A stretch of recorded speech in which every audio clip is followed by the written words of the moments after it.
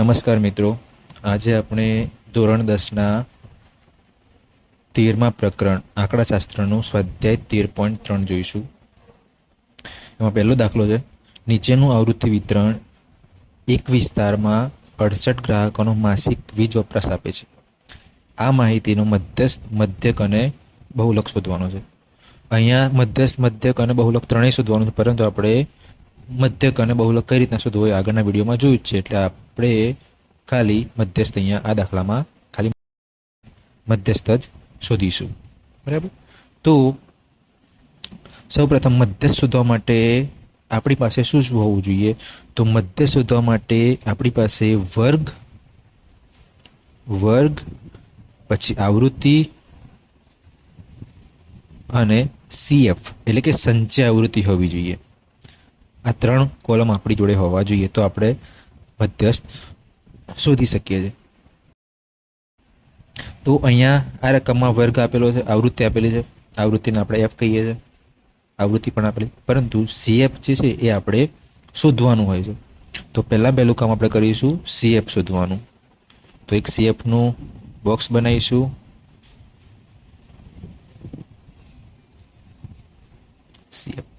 CF શોધવા માટે શું કરવાનું? તો પ્રથમ વર્ગ હોય એની આવૃત્તિ અને સંચય આવૃત્તિ બંને સમાન જ હોય, સરખી હોય. એટલે જે 4 આવૃત્તિ આપેલી છે એ જ આપણી CF થશે પહેલા વર્ગ માટે. એટલે પહેલા વર્ગની સંચય આવૃત્તિ 4 થશે.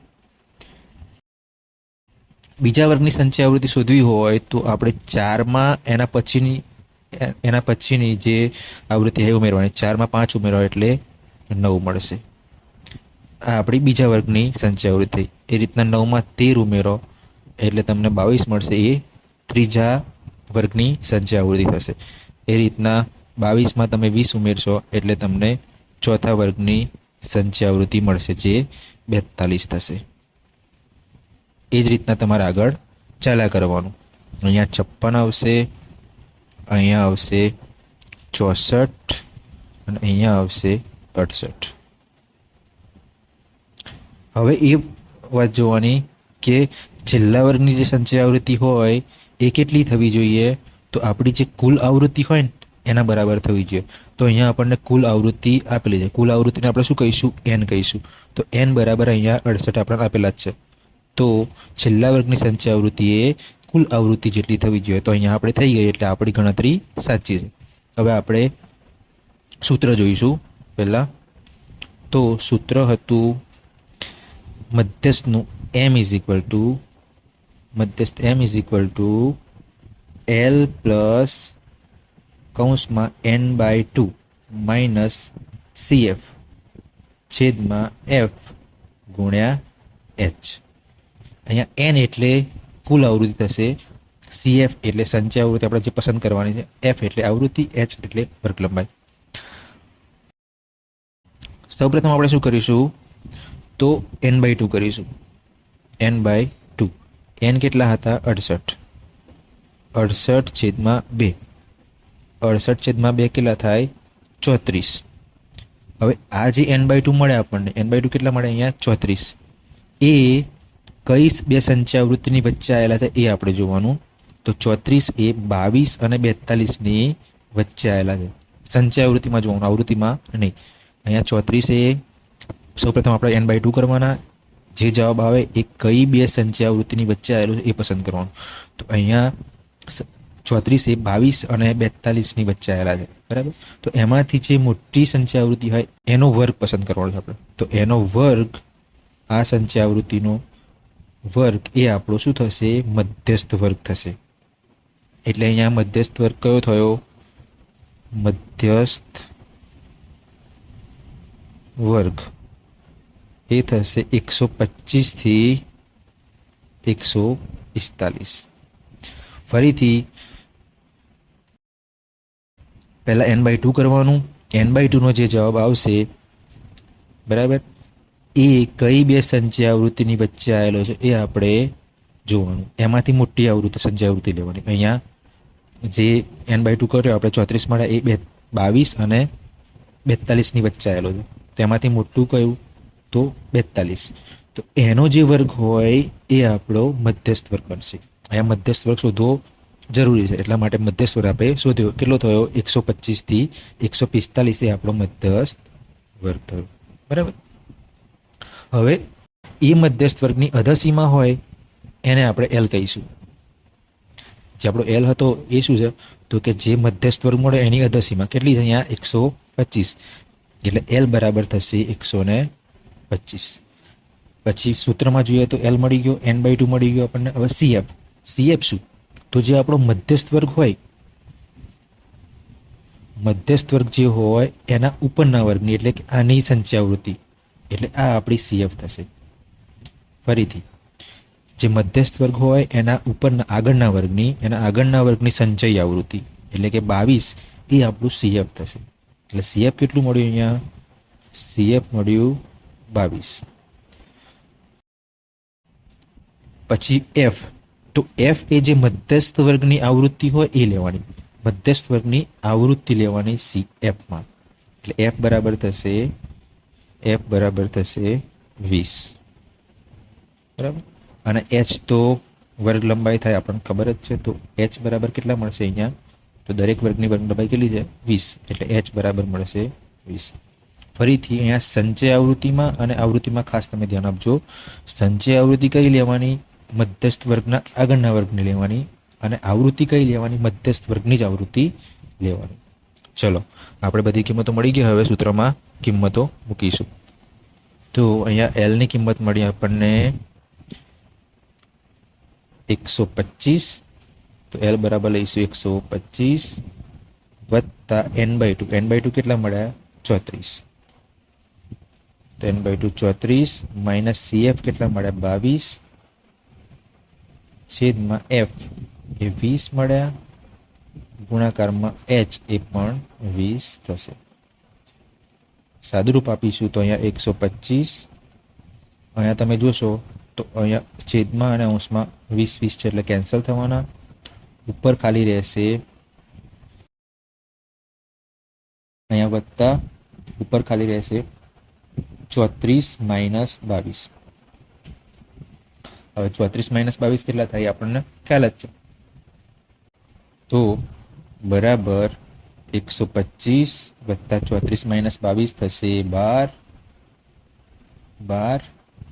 125 વત્તા 12 એટલે 135 ને 137. તો આ આપણો આપેલ માહિતીનો મધ્યસ્થ થશે. હવે આપણે બીજો દાખલો જોઈશું. જો નીચે આપેલ આવૃત્તિ વિતરણનો મધ્યસ્થ 28.5 હોય તો એક્સ અને વાયના મૂલ્યો શોધવાના છે. તો અહીંયા આપણને મધ્યસ્થ આપેલો છે. એના પરથી એક્સ અને વાય જે ખૂટતી આવૃત્તિ કરી, એક્સ અને વાય એના મૂલ્યો શોધવાના, એની કિંમત શોધવાની છે અહીંયા. તો આપણું પ્રથમ સ્ટેપ રહેશે સીએફ શોધવાનું. આપણી જોડે વર્ગ આપેલો છે, વર્ગ અહીંયા આપેલો છે, આવૃત્તિ પણ આપેલી છે, આવૃત્તિ એફ. તો આપણું સીએફ જે બાકી રહ્યું આપણે શોધીશું.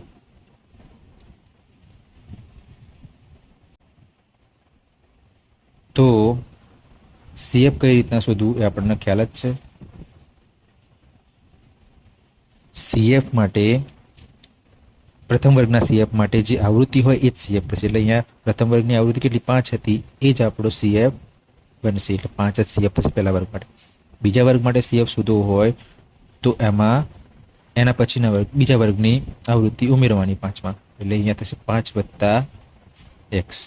પછી આમાં તમે 20 ઉમેરશો એટલે તમને મળશે 25 વત્તા એક્સ, એ ત્રીજા વર્ગની સંચય આવૃત્તિ.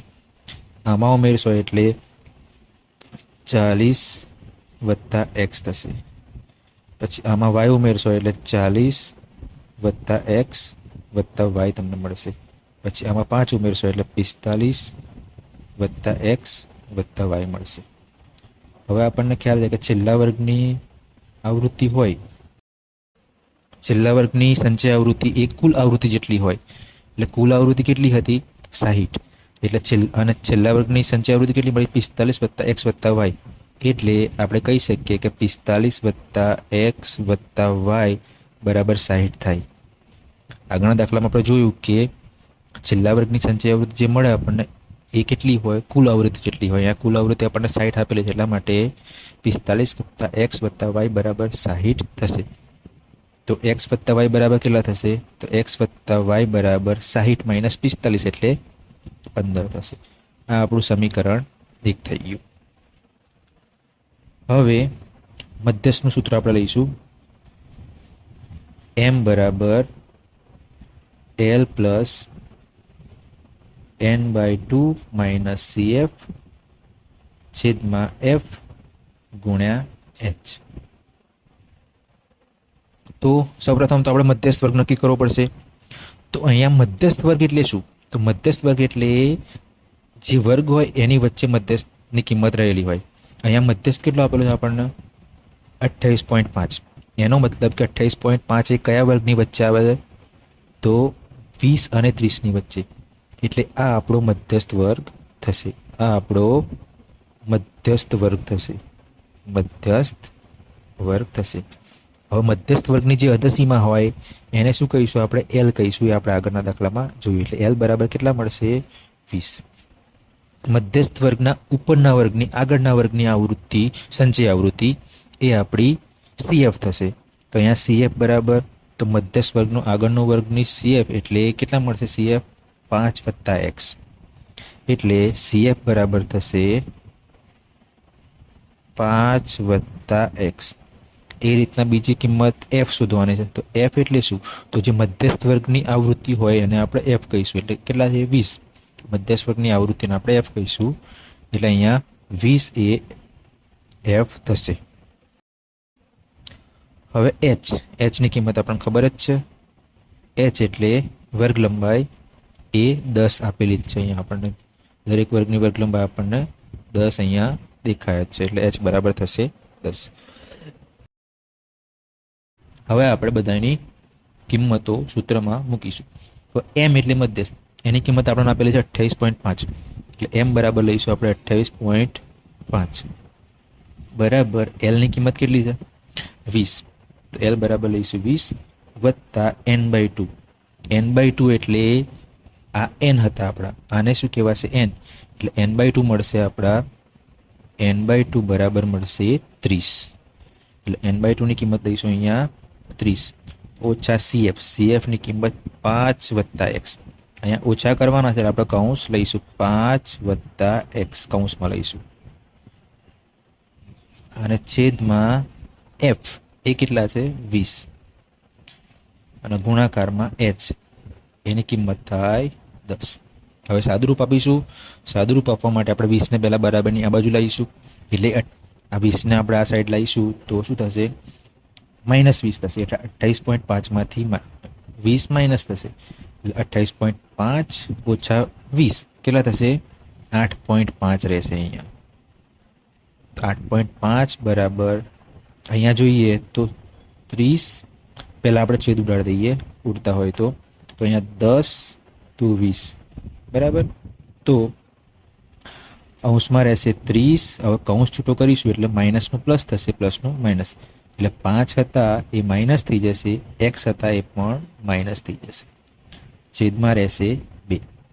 2ને શું કરીશું આપણે? બરાબરની આ બાજુ લાવીશું. એટલે કઈ જશે? અહીંયા આના ગુણાકારમાં 8.5 જોડે 2 ગુણાઈ જશે. એટલે 8.5 × 2 કેટલા થશે? 8 × 16 ને 1 17 થશે. એટલે બરાબરની આ બાજુ શું રહેશે? 17 બરાબર. અહીંયા 30 માંથી 5 જાય તો કેટલા થાય? 25. એટલે 25 રહેશે, ઓછા એક્સ તો ખરા જ બરાબર. હવે આપણે એક્સ શોધવાનો છે. એક્સ શોધવો હોય તો શું કરીશું? એક્સને કરતા બનાવીશું. એટલે બરાબરની એક સાઈડ લઈશું અને બીજા અચળ કિંમતોને બરાબરની એક સાઈડ લઈશું. તો એક્સને આપણે આ સાઈડ લઈએ, 17ને આ સાઈડ લઈ લઈએ બરાબર. હવે એક્સને આ સાઈડ બરાબરની આ બાજુ લાવીશું તો માઇનસનું શું થઈ જશે? પ્લસ થઈ જશે. એટલે પ્લસ એક્સ થઈ ગયા. હવે આ બાજુ 25 તો હતા જ, 17ને આપણે બરાબરની આ સાઈડ લાવીએ એટલે -17 થાય. 25 - 17 કેટલા થાય? 8. એ આપણો એક્સ થશે. એટલે એક્સ બરાબર કેટલા થવાના? 8 થવાના. હવે સમીકરણ 1 આપણું જે હતું એમાં એક્સની કિંમત મૂકીશું. તો x + y બરાબર 15 આ સમીકરણ 1 હતું. એમાં એક્સની કિંમત 8 મૂકીશું, માટે 8 વત્તા વાય બરાબર 15 થશે. વાયના કરતા બનાવીશું તો 8ને આપણે બરાબરની આ સાઈડે લાવવો પડે, તો એ 15માંથી માઇનસ થશે. 8ને બરાબરની આ સાઈડ લાવીશું એટલે એ -8 થવાના, એટલે 15માંથી 8 માઇનસ થશે, એટલે કેટલા થવાના? 15 - 8 એટલે 7. એટલે વાયની કિંમત મળી આપણને 7.